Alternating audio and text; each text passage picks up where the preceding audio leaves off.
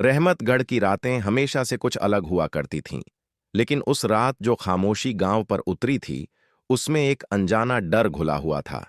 आसमान बादलों से ढका था, चांद जैसे कहीं खो गया हो, और ठंडी हवा के हर झोंके के साथ पेड़ों की टहनियां ऐसे हिल रही थीं, जैसे कोई अदृश्य साया उनके बीच से गुजर रहा हो। गांव के लोग जल्दी जल्दी अपने दरवाजे बंद कर चुके थे, चूल्हों की आग बुझ चुकी थी, और हर घर में सिर्फ धीमी धीमी फुसफुसाहटें रह गई थीं, जैसे हर कोई किसी अनहोनी के इंतजार में हो। रहमतगढ़ के लोग कहते थे कि जब भी ऐसी रात उतरती है तो जंगल के अंदर कुछ जाग जाता है, कुछ ऐसा जो इंसानी आंखों से तो छिपा रहता है लेकिन दिल को बेचैन कर देता है। उसी गांव के किनारे एक टूटी फूटी झोपड़ी में जरीना बी रहती थी। उसकी जिंदगी उस सूखे पेड़ की तरह थी जो बरसों से खड़ा तो है, लेकिन उसमें कोई हरियाली नहीं बची। ना उसका कोई शौहर था, ना औलाद, ना कोई अपना। गांव वाले उसे तरस की नजर से देखते थे, लेकिन उसके पीछे फुसफुसाते भी थे, बेऔलाद है, इसकी किस्मत ही सूनी है। जरीना भी इन बातों को सुनकर भी अनसुना कर देती थी, क्योंकि उसे पता था कि कुछ दर्द ऐसे होते हैं जिन्हें शब्दों में नहीं, बस खामोशी में जिया जाता है। उसकी रोजी रोटी का एक ही सहारा था, जंगल। हर सुबह वह अपने पुराने दुपट्टे को सिर पर कसकर बांधती, हाथ में कुल्हाड़ी उठाती और जंगल की तरफ निकल पड़ती। लकड़ियां काट कर लाना, उन्हें बेचकर कुछ पैसे कमाना, बस यही उसकी जिंदगी थी। लेकिन उस दिन कुछ अलग था। शाम ढलते ढलते जब आसमान पर अंधेरा छाने लगा, तब भी जरीना भी घर नहीं लौटी थी। वह जंगल के और अंदर चली गई थी, जहां आमतौर पर गांव का कोई इंसान जाने की हिम्मत नहीं करता था। हवा में एक अजीब सी सिहरन थी। हर कदम पर सूखे पत्तों की चरमराहट उसे चौंका रही थी। उसका दिल बार बार कह रहा था कि आज लौट जाना चाहिए, लेकिन जरूरत ने उसे आगे बढ़ने पर मजबूर कर दिया। बस थोड़ी और लकड़ियां, उसने खुद से कहा। लेकिन जैसे ही उसने आगे कदम बढ़ाया, अचानक उसे एक हल्की सी आवाज सुनाई दी, एक बच्चे के रोने की आवाज। जरीना बी के कदम वहीं रुक गए। उसने चारों तरफ देखा, लेकिन अंधेरे के सिवा कुछ नजर नहीं आया। आवाज फिर आई, इस बार और साफ और करीब। उसका दिल जोर जोर से धड़कने लगा। इस जंगल में बच्चा? उसके होठों से धीमी फुसफुसाहट निकली। डर और हैरानी दोनों उसके चेहरे पर साफ दिखाई दे रहे थे, लेकिन उस रोने की आवाज में ऐसा दर्द था कि वह खुद को रोक नहीं पाई। धीरे धीरे वह उस आवाज की दिशा में बढ़ी। हर कदम के साथ उसका डर बढ़ता जा रहा था, लेकिन उस मासूम की चीख उसे आगे खींच रही थी। कुछ दूर जाकर वह अचानक ठिठक गई। उसकी आंखें फैल गईं, सांसें जैसे थम गईं। उसके सामने जो नजारा था, उसे देखकर किसी का भी खून जम जाए। एक छोटे से खुले स्थान में सूखे पत्तों के बीच एक नवजात बच्चा पड़ा था, नर्म मासूम रोता हुआ, और उसके ठीक सामने एक विशाल काली नागिन फन उठाए बैठी थी। उसकी चमकती आंखें अंधेरे में अंगारों की तरह चमक रही थीं, और उसका शरीर धीरे धीरे हिल रहा था, जैसे वह हर पल वार करने को तैयार हो। जरीना बी का दिल जैसे सीने से बाहर निकलने को था। उसके कदम पीछे हटना चाहते थे, लेकिन उसकी नजर उस बच्चे पर टिक गई। वह मासूम कांप रहा था, ठंडी जमीन पर पड़ा हुआ, और उसके सामने मौत बनकर खड़ी थी वह नागिन। या अल्लाह, उसके होंठों से निकला। यह कैसा इम्तिहान है। उसके अंदर एक जंग छिड़ गई। एक तरफ डर जो उसे भाग जाने को कह रहा था, दूसरी तरफ उस बच्चे की मासूमियत जो उसे वहीं जकड़े खड़ी थी। एक पल के लिए उसने सोचा कि वह पीछे मुड़ जाए, अपनी जान बचा ले, लेकिन अगले ही पल उसके दिल में एक आवाज गूंजी, अगर तू भी चली गई तो इस बच्चे का क्या होगा। उसकी आंखों में आंसू आ गए। उसने दुपट्टा कसकर पकड़ा और धीरे धीरे आगे बढ़ने लगी। हर कदम पर उसे लग रहा था कि अब नागिन उस पर झपटेगी, लेकिन वह रुकी नहीं। नागिन ने जैसे ही उसे करीब आते देखा, उसका फन और ऊंचा हो गया। उसकी आंखें सीधे जरीना बी की आंखों में टिक गईं। वह पल जैसे समय में ठहर गया। जरीना बी की सांसें तेज हो गईं, लेकिन उसने नजर नहीं हटाई। वह कांप रही थी, लेकिन उसके कदम रुक नहीं रहे थे। मुझे माफ करना, उसने धीमी आवाज में कहा, मैं इसे मरने नहीं दूंगी। और अचानक उसने झपट कर उस बच्चे को उठा लिया। एक पल के लिए सब कुछ जैसे थम गया। जरीना बी को पूरा यकीन था कि अब नागिन उस पर हमला करेगी। उसने बच्चे को अपने सीने से कसकर लगा लिया, आंखें बंद कर लीं। लेकिन अगले ही पल जो हुआ, उसने उसकी समझ को हिलाकर रख दिया। कोई हमला नहीं हुआ। उसने धीरे धीरे आंखें खोलीं। नागिन अभी भी वहीं थी, लेकिन उसका फन झुका हुआ था। उसकी आंखों में वही चमक नहीं थी, बल्कि कुछ और था, जैसे दर्द, जैसे आंसू, जैसे कोई अपनों को दूर जाते हुए देख रहा हो। जरीना भी एक पल के लिए जड़ हो गई। उसका डर जैसे कहीं खो गया था। उसकी जगह एक अजीब सी उलझन ने ले ली थी। ये क्यों नहीं काट रही? उसके दिमाग में सवाल गूंजा, लेकिन वह ज्यादा देर वहां रुकने की हिम्मत नहीं जुटा पाई। उसने बच्चे को और कसकर पकड़ा और तेजी से पीछे मुड़ गई। उसके कदम अब दौड़ में बदल गए थे। वह बिना पीछे देखे जंगल से बाहर भाग रही थी। उसका दिल जोर जोर से धड़क रहा था, लेकिन कुछ दूर जाने के बाद उसे एहसास हुआ जैसे कोई उसका पीछा कर रहा हो।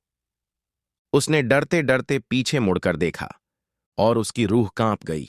वही काली नागिन धीरे धीरे उसके पीछे पीछे आ रही थी।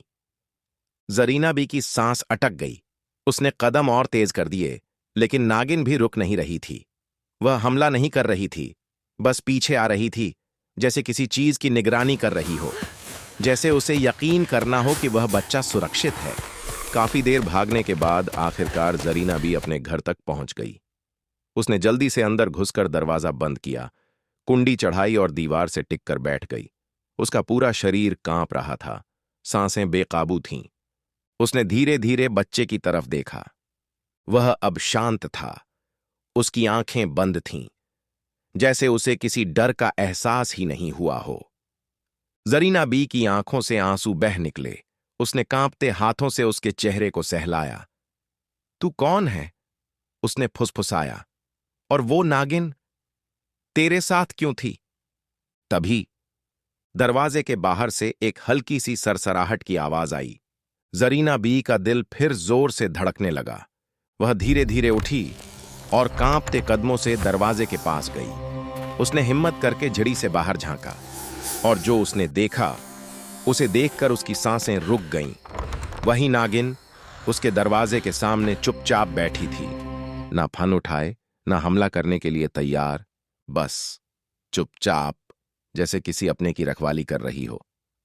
जरीना बी के होंठ सूख गए। उसने पीछे मुड़कर बच्चे को देखा, फिर दरवाजे की तरफ। उसके दिल में एक ही सवाल गूंज रहा था, ये नागिन आखिर है कौन, और इस बच्चे से इसका क्या रिश्ता है? रहमतगढ़ की सुबह उस रात के मुकाबले बिल्कुल अलग थी, लेकिन जरीना बी की आंखों में नींद का नामोनिशान नहीं था। पूरी रात वह जागती रही थी, कभी बच्चे को देखती, कभी दरवाजे की तरफ, जहां देर रात तक वह काली नागिन बैठी रही थी। पता नहीं कब, किस पल वह वहां से चली गई, लेकिन उसके जाने के बाद भी डर जैसे उस झोपड़ी की दीवारों में बस गया था। सुबह की पहली अजान की आवाज गांव में गूंजी तो जरीना बी ने राहत की एक गहरी सांस ली। उसने धीरे से बच्चे को अपने सीने से लगाया। वह अब भी शांत था, जैसे सारी रात उसने किसी फरिश्ते की हिफाजत में बिताई हो। तू कौन है? उसने धीरे से कहा। और तेरे पीछे ये कैसी रहस्यमयी ताकत लगी हुई है? लेकिन इस सवाल का जवाब उसके पास नहीं था। उसने तय कर लिया, अब चाहे कुछ भी हो जाए, वह इस बच्चे को छोड़ने वाली नहीं है। चाहे वह नागिन हो, चाहे कोई साया, चाहे कोई अजीब राज, वह इस मासूम को अपनी औलाद बनाकर ही रखेगी। उस दिन से जरीना बी की जिंदगी बदल गई। जिस घर में सालों से खामोशी गूंजती थी, वहां अब एक बच्चे की हल्की हल्की आवाजें सुनाई देने लगीं। उसने बच्चे का नाम रखा रेहान। गांव वालों ने जब पहली बार उस बच्चे को देखा तो हैरान रह गए। ये बच्चा कहां से आया? किसका है? जरीना के पास औलाद कहां से आ गई? हर तरफ सवाल ही सवाल थे, लेकिन जरीना बी ने किसी को सच नहीं बताया। वह बस मुस्कुरा देती और कहती, अल्लाह की देन है। लोग मानते भी थे और शक भी करते थे, लेकिन किसी ने ज्यादा छानबीन नहीं की। लेकिन जरीना बी के दिल में जो डर बैठा था, वह हर रात उसे याद दिलाता था कि यह कोई आम बात नहीं है, क्योंकि वह अब भी आती थी। पहली बार जब वह फिर से आई, तब रात गहरी हो चुकी थी। बाहर हल्की हवा चल रही थी। जरीना बी ने रेहान को अपने पास सुला रखा था। अचानक उसे वहीं जानी पहचानी सरसराहट सुनाई दी। उसका दिल जैसे रुक गया। वह धीरे धीरे उठी और दरवाजे की तरफ बढ़ी। झिड़ी से झांका और उसकी सांस अटक गई। वही नागिन फिर से वहीं थी, लेकिन इस बार कुछ अलग था। वह दरवाजे से थोड़ा दूर बैठी थी, जैसे वह खुद को रोक रही हो, जैसे उसे मालूम हो कि अगर वह और पास आई तो अंदर बैठी औरत डर जाएगी। जरीना बी के दिल में डर के साथ साथ एक अजीब सी जिज्ञासा भी पैदा हुई। ये आती क्यों है? उसने मन ही मन सोचा, अगर नुकसान पहुंचाना होता तो पहली रात ही कर देती। उसने धीरे से दरवाजा खोला।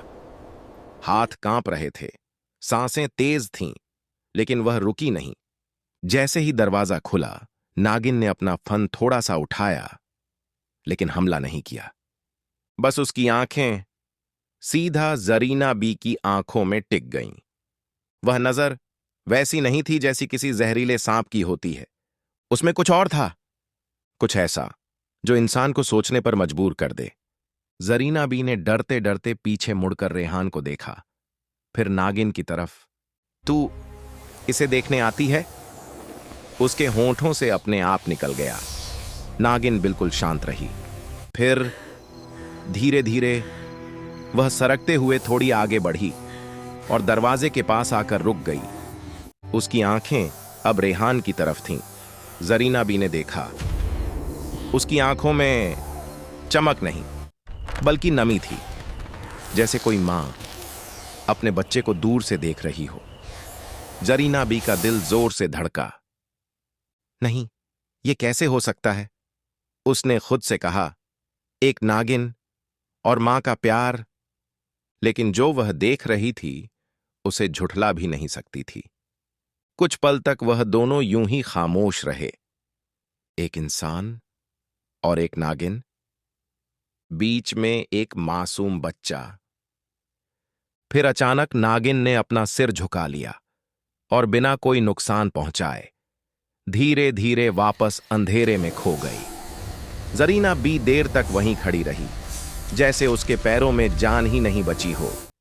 उस रात के बाद यह सिलसिला शुरू हो गया। हर कुछ दिनों में, कभी रात के गहरे सन्नाटे में, कभी चांदनी में, वह नागिन आती, घर के बाहर बैठती, रेहान को देखती और चली जाती। कभी उसने फुफकार नहीं मारी, कभी हमला नहीं किया, बस देखती रही, जैसे कोई रिश्ता हो जिसे शब्दों में नहीं समझाया जा सकता। समय बीतने लगा। रेहान बड़ा होने लगा। उसकी मासूम मुस्कान, उसकी हंसी उस घर की दीवारों में जान डालने लगी। जरीना भी अब उसे अपना बेटा मान चुकी थी। वह उसे अपनी जान से ज्यादा चाहने लगी थी। लेकिन हर बार जब वह नागिन आती, उसका दिल कांप उठता। डर अब भी था, लेकिन अब उसमें एक सवाल भी जुड़ गया था, आखिर ये है कौन? एक दिन जब रेहान लगभग 5 साल का हो चुका था, वह घर के बाहर खेल रहा था। जरीना भी अंदर काम कर रही थी। अचानक उसे बाहर से एक अजीब सी खामोशी महसूस हुई। बच्चों की हंसी, जो अभी कुछ देर पहले गूंज रही थी, अचानक गायब हो गई थी। उसका दिल धक से रह गया। वह भागती हुई बाहर आई और जो उसने देखा, उसकी आंखें फैल गईं। रेहान जमीन पर बैठा था और उसके सामने वही नागिन थी। इस बार बहुत करीब, इतनी करीब कि बस एक झटके में वह उसे काट सकती थी। जरीना बी के पैरों तले जमीन खिसक गई। रेहान! वह चीख पड़ी, लेकिन रेहान डरा नहीं था। वह नागिन को ऐसे देख रहा था जैसे उसे पहचानता हो, जैसे वह उसके लिए कोई अजनबी नहीं, बल्कि अपना हो। नागिन धीरे धीरे उसके करीब आई। उसने अपना फन झुकाया और रेहान के सिर के पास ठहर गई। जरीना बी की सांसें रुक गईं। उसे लगा अब सब खत्म हो जाएगा, लेकिन कुछ नहीं हुआ। नागिन ने बस अपने सिर को हल्के से झुकाया, जैसे दुआ दे रही हो, जैसे उसे छूना चाहती हो, लेकिन छुआ नहीं।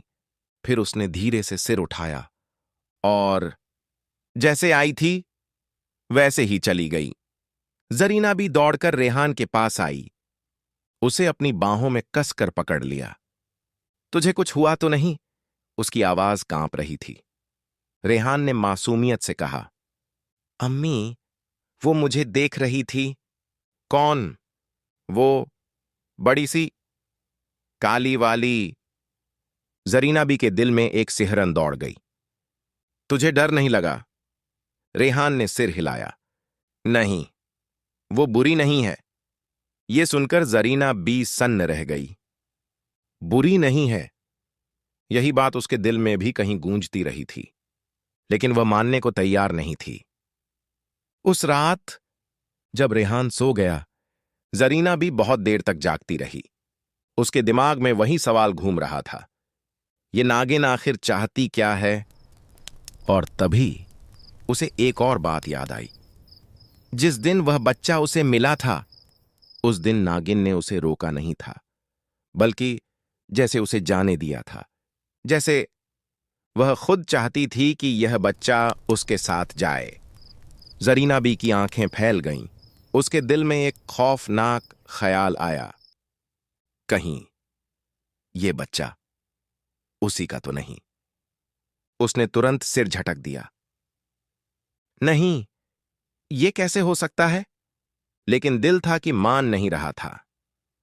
सवाल अब डर से बड़ा हो चुका था और उसे एहसास हो रहा था कि यह कहानी सिर्फ एक बच्चे की नहीं, बल्कि एक ऐसे राज की है जो अगर खुल गया तो सब कुछ बदल सकता है। रहमतगढ़ के उस पुराने किनारे पर, जहां मिट्टी के घरों की दीवारें वक्त की मार से झुक चुकी थीं और हवाएं भी जैसे थकी हुई लगती थीं, जरीना बी की झोपड़ी अब पहले जैसी नहीं रही थी, क्योंकि उस घर में अब एक जवान बेटा रहता था जिसका नाम रेहान था। वही रेहान जिसे सालों पहले जरीना बी जंगल से उठाकर लाई थी और अपनी जान से भी ज्यादा चाहकर बड़ा किया था। लेकिन वक्त के साथ साथ जरीना बी की सेहत लगातार गिरती जा रही थी। उसका शरीर कमजोर हो चुका था, सांसें भारी रहने लगी थीं और आंखों की चमक भी अब बुझती जा रही थी, जैसे जिंदगी धीरे धीरे उससे रुखसत लेने की तैयारी कर रही हो। और इसी कमजोरी के बीच उसके दिल में एक ऐसा बोझ भी था जिसे वह सालों से दबाकर बैठी थी, एक ऐसा राज जिसे उसने कभी किसी से नहीं कहा, लेकिन अब उसे महसूस होने लगा था कि अगर उसने यह सच अपने साथ ही ले लिया तो शायद यह उसके बेटे के साथ नाइंसाफी होगी। रेहान अब जवान हो चुका था, लंबा, मजबूत और सीधा सादा, अपनी अम्मी के लिए हर वक्त खड़ा रहने वाला। उसने कभी यह सवाल नहीं किया कि वह कहां से आया है, क्योंकि उसके लिए उसकी दुनिया सिर्फ जरीना बी तक ही सीमित थी। वही उसकी मां थी, वही उसका सब कुछ। लेकिन उसे हमेशा यह जरूर महसूस होता था कि उसकी अम्मी के दिल में कोई बात है जो वह उससे छिपा रही है। कई बार उसने पूछा भी, लेकिन हर बार जरीना बी ने बात टाल दी, जैसे वह सच कहने से डरती हो, जैसे उस सच के बाहर आते ही सब कुछ बदल जाएगा। उस दिन भी कुछ ऐसा ही हुआ। जब शाम ढल चुकी थी, आसमान पर हल्का अंधेरा उतर आया था और घर के अंदर दिए की हल्की रोशनी जल रही थी। जरीना भी चारपाई पर लेटी हुई थी और उसकी सांसें सामान्य से कहीं ज्यादा तेज चल रही थीं। उसके चेहरे पर दर्द साफ नजर आ रहा था। रेहान उसके पास बैठा था और बार बार उसके माथे पर हाथ रखकर उसकी हालत देख रहा था। उसकी आंखों में चिंता थी, डर था और एक अजीब सा बेचैनी का साया भी था। अम्मी, आपको क्या हो रहा है? रेहान ने धीमी लेकिन कांपती हुई आवाज में पूछा। मैं अभी हकीम को बुलाकर लाता हूं। जरीना बी ने उसका हाथ पकड़ लिया। उसका हाथ ठंडा था लेकिन पकड़ मजबूत थी, जैसे वह उसे कहीं जाने से रोकना चाहती हो। उसने मुश्किल से अपनी आंखें खोलीं और रेहान की तरफ देखा। उसकी आंखों में आंसू थे और साथ ही एक फैसला भी। नहीं बेटा, उसने धीमे स्वर में कहा, अब हकीम की जरूरत नहीं। अब वक्त आ गया है कि मैं तुझे वो सच बता दूं जो मैं इतने सालों से अपने सीने में छिपाए बैठी हूं। रेहान का दिल जोर से धड़कने लगा। वह थोड़ा झुककर और पास आ गया। कैसा सच अम्मी? आप मुझे डरा क्यों रही हैं? जरीना बी ने गहरी सांस ली, जैसे अपने अंदर की सारी हिम्मत इकट्ठा कर रही हो। उसके होंठ कांप रहे थे, आवाज बार बार टूट रही थी, लेकिन उसने खुद को संभाला और बोली, रेहान, तू मेरा बेटा नहीं है। ये सुनते ही जैसे समय रुक गया। कमरे की हवा भारी हो गई। दिए की लौ भी जैसे एक पल के लिए ठहर गई। रेहान की आंखें फैल गईं। उसका दिमाग खाली हो गया। उसे समझ ही नहीं आया कि उसने अभी क्या सुना है। अम्मी, आप ये क्या कह रही हैं? उसकी आवाज कांप गई। मैं आपका बेटा नहीं हूं। तो फिर कौन हूं मैं? जरीना बी की आंखों से आंसू बह निकले। उसने कांपते हुए हाथ से रेहान का चेहरा छुआ। तू मेरे लिए हमेशा मेरा बेटा ही रहेगा, लेकिन सच ये है कि मैंने तुझे जन्म नहीं दिया। रेहान की सांसें तेज हो गईं। उसका दिल जोर जोर से धड़कने लगा। तो फिर मैं आपके पास कैसे आया? जरीना बी की नजरें कहीं दूर खो गईं, जैसे वह कई साल पीछे चली गई हो, उस रात की तरफ, उस जंगल की तरफ जहां उसकी जिंदगी बदल गई थी। बहुत साल पहले उसने धीरे धीरे कहना शुरू किया, एक रात मैं जंगल गई थी, लकड़ियां लेने। अंधेरा हो चुका था, और तभी मुझे एक बच्चे के रोने की आवाज सुनाई दी। रेहान ध्यान से सुन रहा था। उसकी आंखें अब पूरी तरह उस सच को पकड़ने की कोशिश कर रही थीं। मैं उस आवाज के पीछे गई, जरीना बी ने कहा, और वहां जो मैंने देखा, उसे देखकर मेरी रूह कांप गई।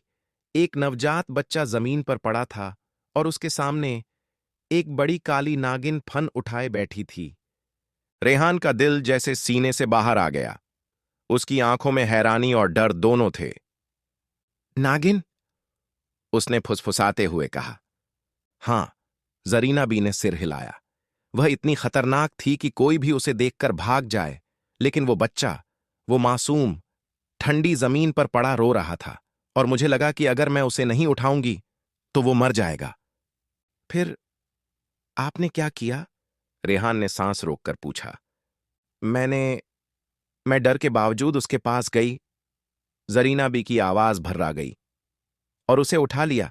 मुझे लगा नागिन मुझे उसी वक्त मार देगी, लेकिन उसने ऐसा नहीं किया। रेहान की आंखें और फैल गईं। वो कुछ नहीं बोली, बस मुझे देखती रही।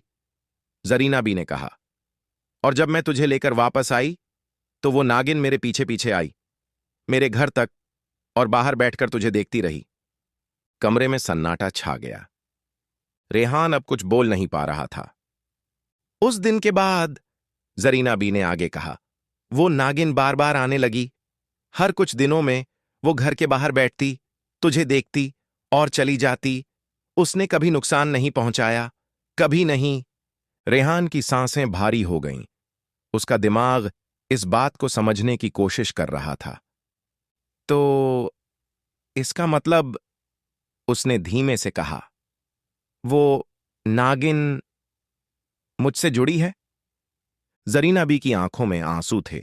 उसने धीरे से सिर हिलाया। मुझे नहीं पता तू कौन है, लेकिन इतना जरूर जानती हूं कि वो नागिन तुझे देखने आती थी, जैसे जैसे तू उसका अपना हो। यह सुनकर रेहान के अंदर कुछ टूट गया, जैसे उसकी पूरी जिंदगी का आधार हिल गया हो। लेकिन उसी के साथ एक नई आग भी जल उठी, सच जानने की आग।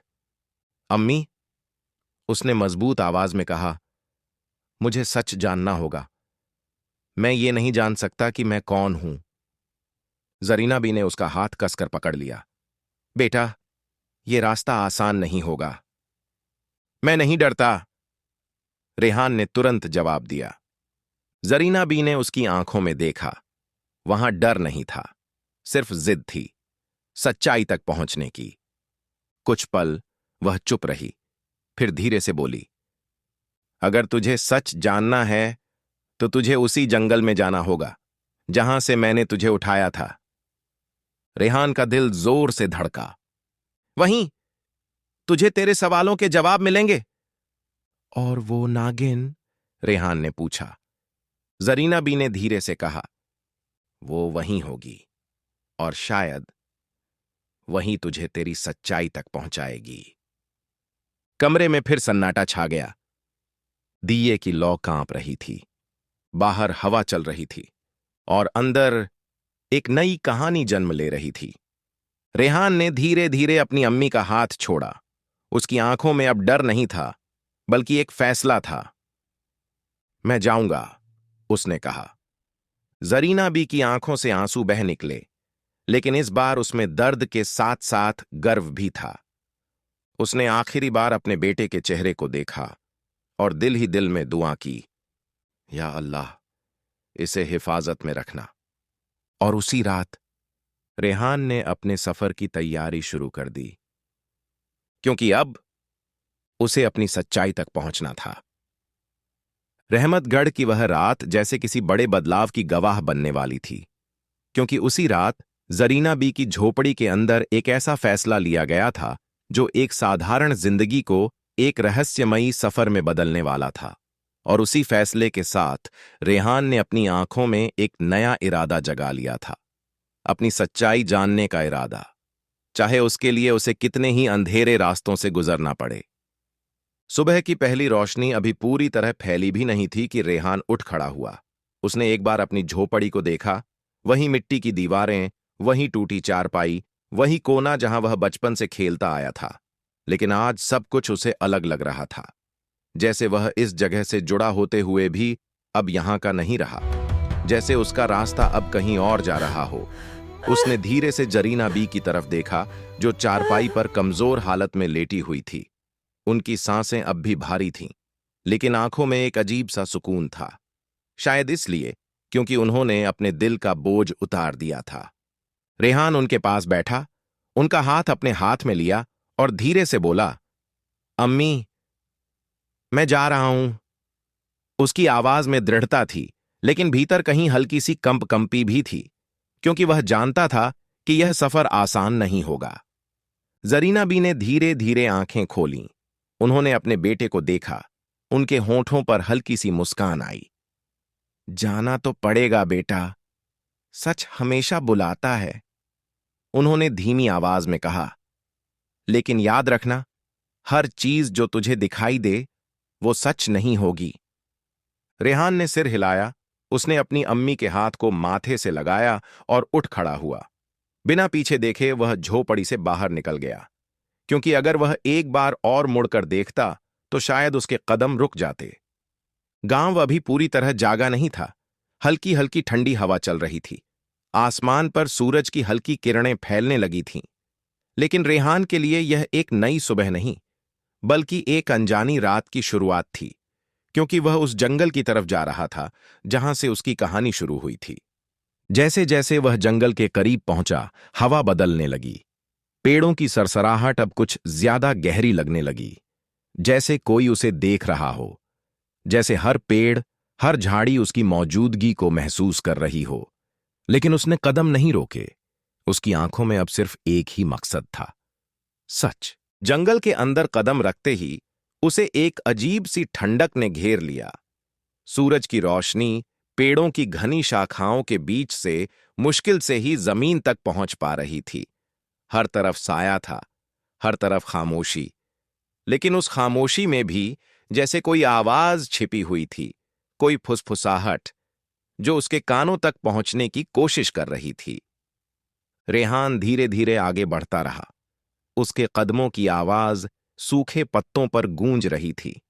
तभी अचानक उसे पीछे से किसी के चलने की आहट सुनाई दी। उसने तुरंत मुड़कर देखा, लेकिन वहां कोई नहीं था। उसका दिल थोड़ा तेज धड़कने लगा, लेकिन उसने खुद को संभाला। ये मेरा वहम है, उसने खुद से कहा और आगे बढ़ गया। कुछ ही कदम चला होगा कि अचानक उसके सामने एक अजीब सा नजारा उभरा। एक रास्ता जो पहले नहीं था, जैसे अचानक जमीन ने खुद को बदल लिया हो। वह रास्ता जंगल के और गहरे हिस्से की तरफ जा रहा था, जहां अंधेरा और भी ज्यादा घना था। रेहान कुछ पल के लिए रुका। उसने उस रास्ते को गौर से देखा। उसके दिल में एक हल्की सी बेचैनी उठी, लेकिन फिर उसे अपनी अम्मी की बात याद आई। अगर सच जानना है तो उसी जंगल में जाना होगा। उसने गहरी सांस ली और उस रास्ते पर कदम रख दिया। जैसे ही वह आगे बढ़ा, आसपास का माहौल और बदलने लगा।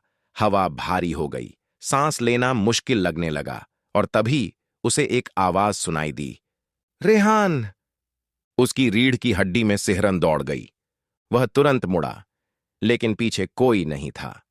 आवाज फिर आई, रेहान, वापस आ जा।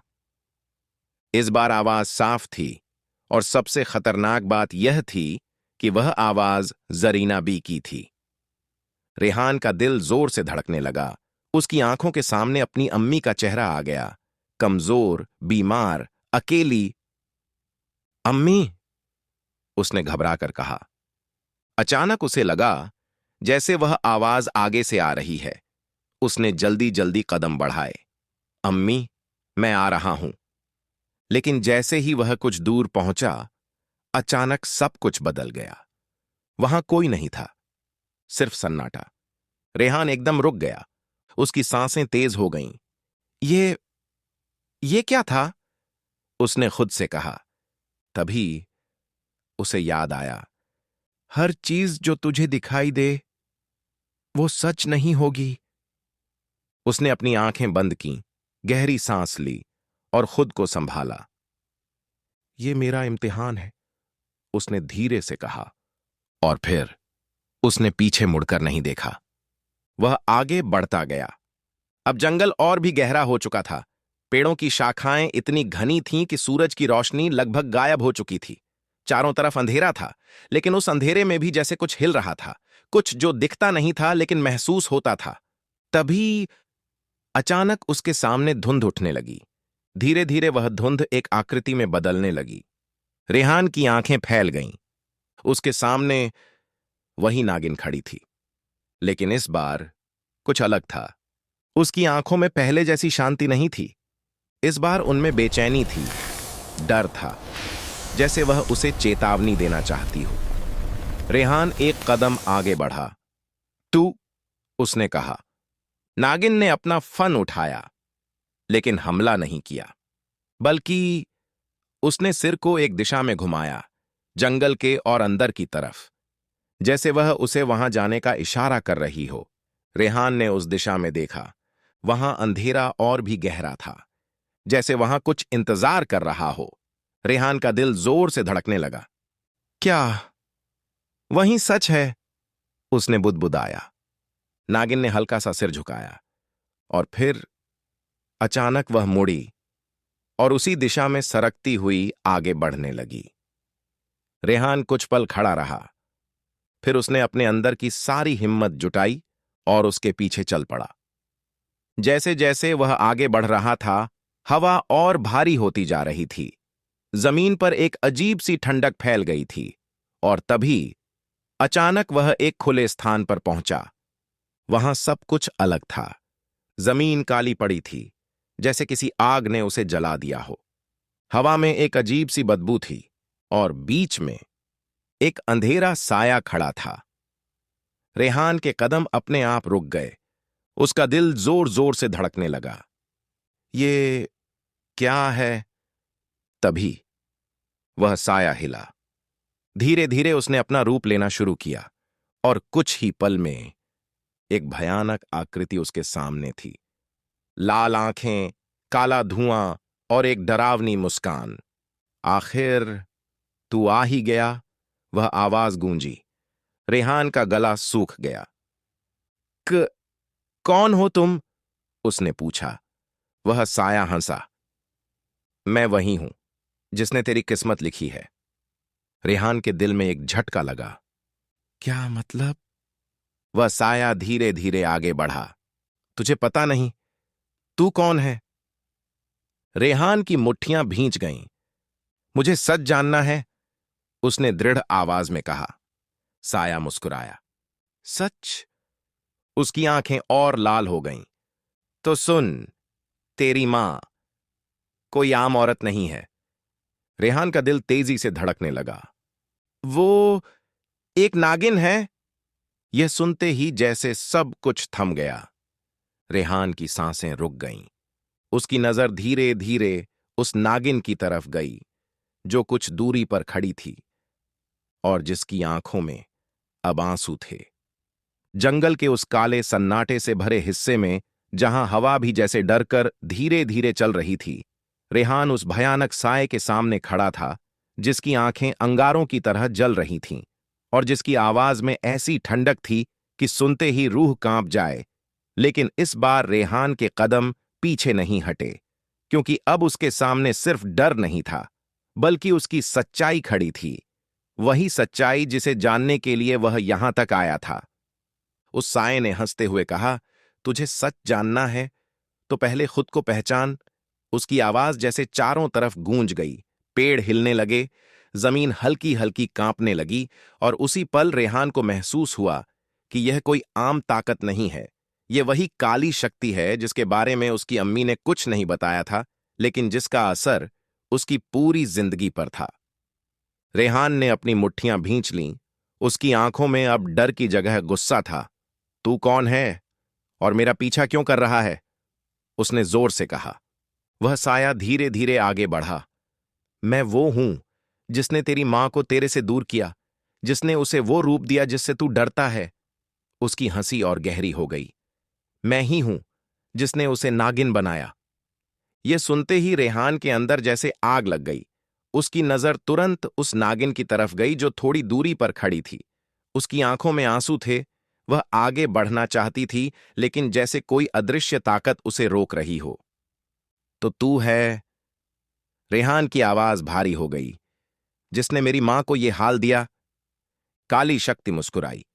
अब समझ में आया, लेकिन तू कुछ नहीं कर सकता, क्योंकि तू अभी भी कमजोर है। रेहान ने एक कदम आगे बढ़ाया। कमजोर वो होता है जो सच से भागे। मैं नहीं भागूंगा। जैसे ही उसने यह कहा, अचानक चारों तरफ अंधेरा और गहरा हो गया।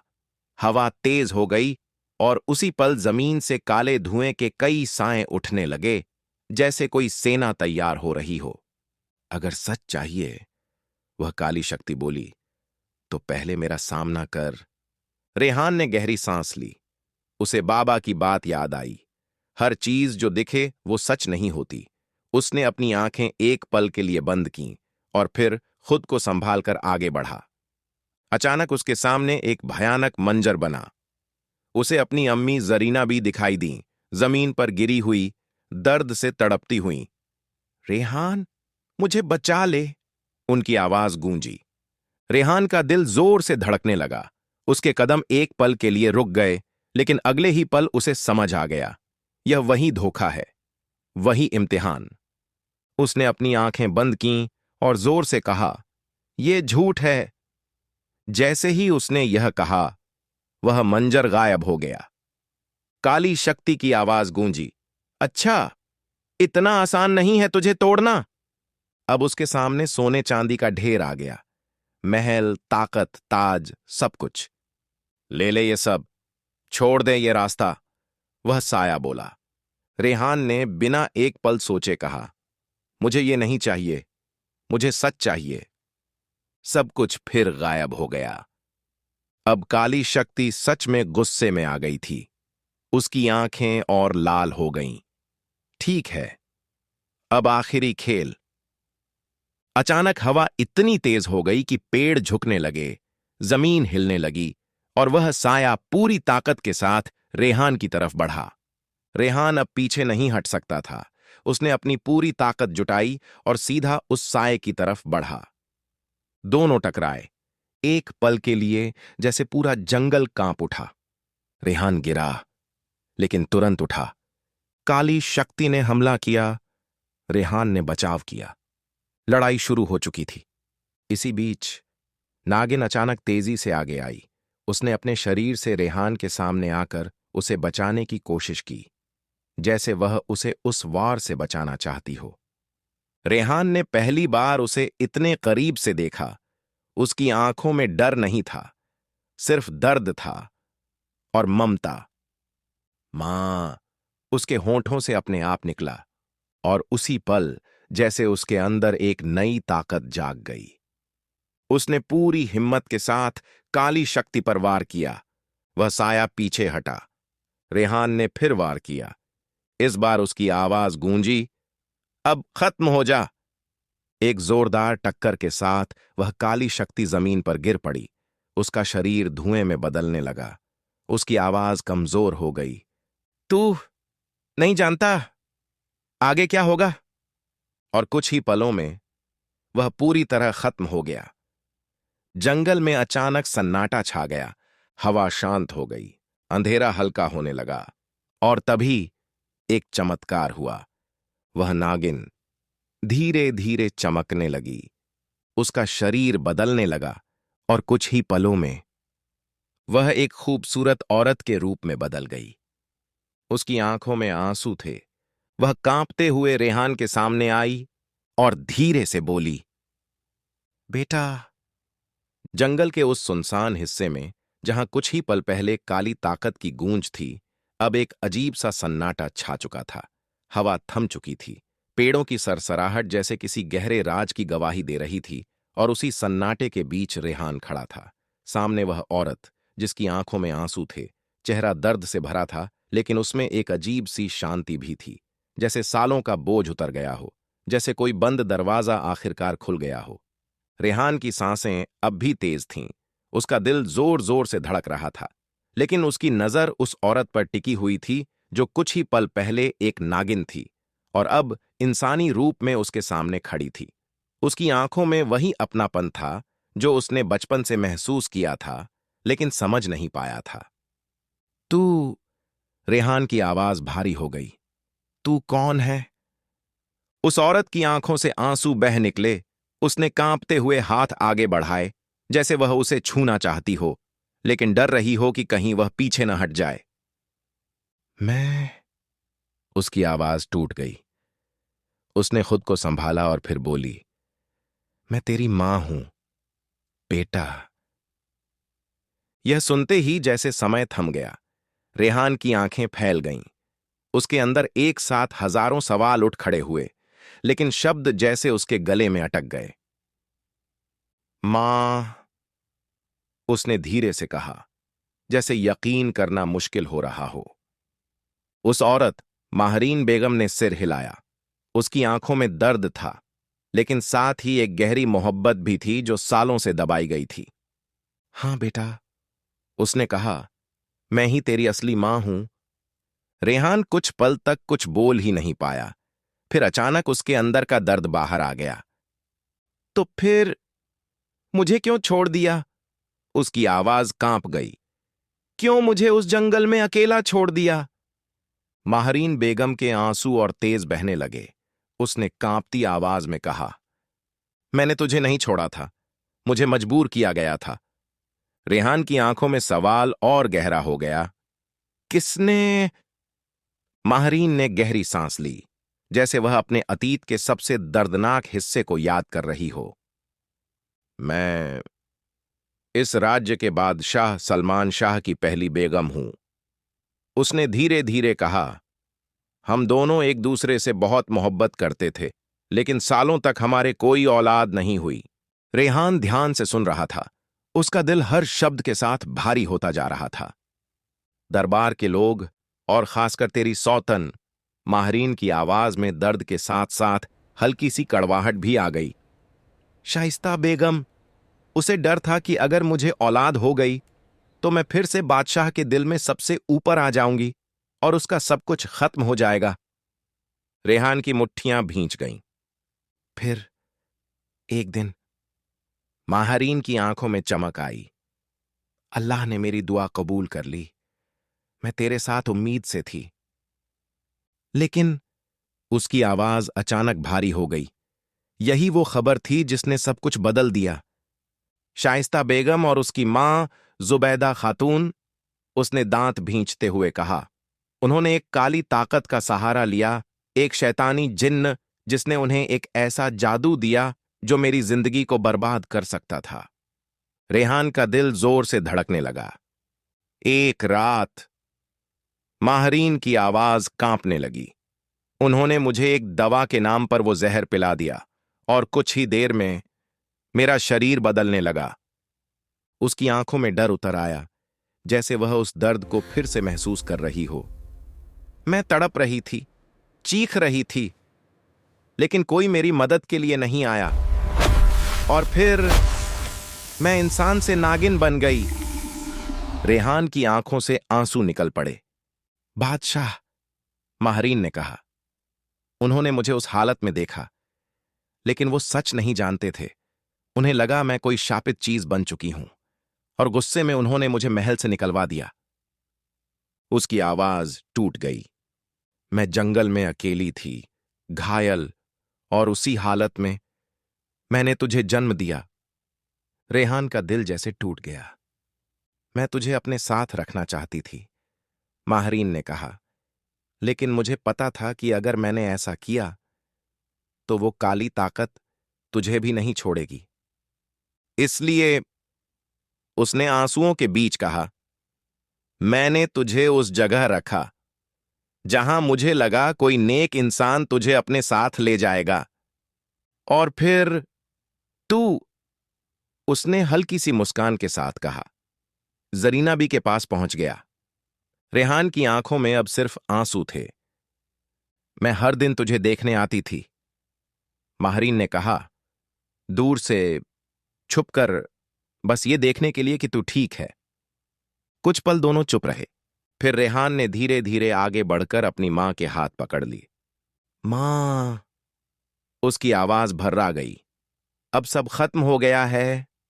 अब कोई हमें अलग नहीं कर सकता। माहरीन की आंखों में सुकून उतर आया। अब हमें वापस जाना होगा, रेहान ने कहा। सच को सामने लाना होगा। माहरीन ने हल्का सा सिर हिलाया, और फिर दोनों जंगल से बाहर निकल पड़े। कुछ ही घंटों बाद वे महल के सामने खड़े थे। वही ऊंची दीवारें, वही बड़ा दरवाजा, लेकिन आज सब कुछ अलग था। पहरेदारों ने उन्हें रोका, लेकिन जैसे ही उन्होंने रेहान का चेहरा देखा, वे एक पल के लिए चौंक गए। उसका चेहरा बिल्कुल बादशाह सलमान शाह जैसा था। ये, एक पहरेदार बुदबुदाया। रेहान ने मजबूत आवाज में कहा, दरवाजा खोलो, मैं अपने पिता से मिलने आया हूं।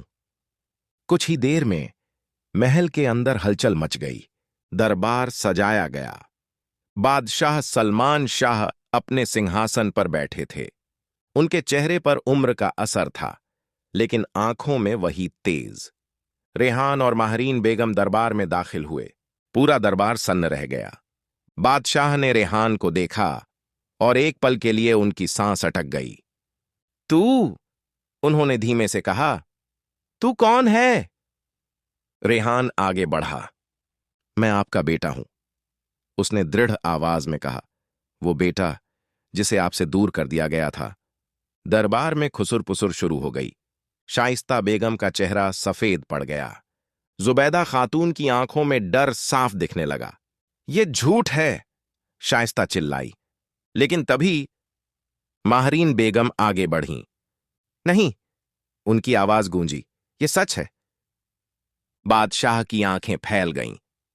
उन्होंने ध्यान से देखा, और फिर उनकी आंखों से आंसू निकल पड़े। माहरीन, उन्होंने कांपती आवाज में कहा। वे सिंहासन से उतरकर उनके पास आए। मैंने तुम्हें नहीं पहचाना, उनकी आवाज टूट गई। मैंने तुम्हारे साथ बहुत बड़ा अन्याय किया। माहरीन की आंखों में भी आंसू थे, लेकिन इस बार उसमें सुकून था। रेहान ने आगे बढ़कर कहा, पिता, गलती आपकी नहीं थी, आपको धोखा दिया गया था। उसने सीधा इशारा किया।